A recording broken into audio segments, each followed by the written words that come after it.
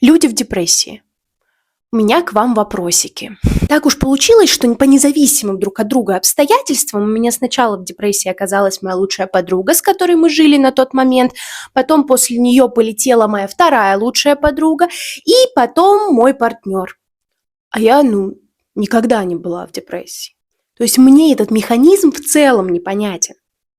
И я как бы понимаю, что страдаю тут не я, но, блядь, мне так сложно.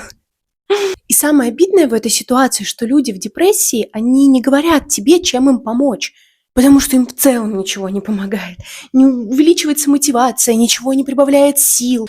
И в итоге это все превращается в то, что я месяцами бьюсь, чтобы затащить человека к психиатру и заставить пить таблетки. А мало того, что это и так непросто убедить, что врач – это не самый бесполезный человек на свете, и что да, он скажет тебе то, что ты до этого не слышал, так еще и таблетки не всегда помогают. И вот что делать? Помоги.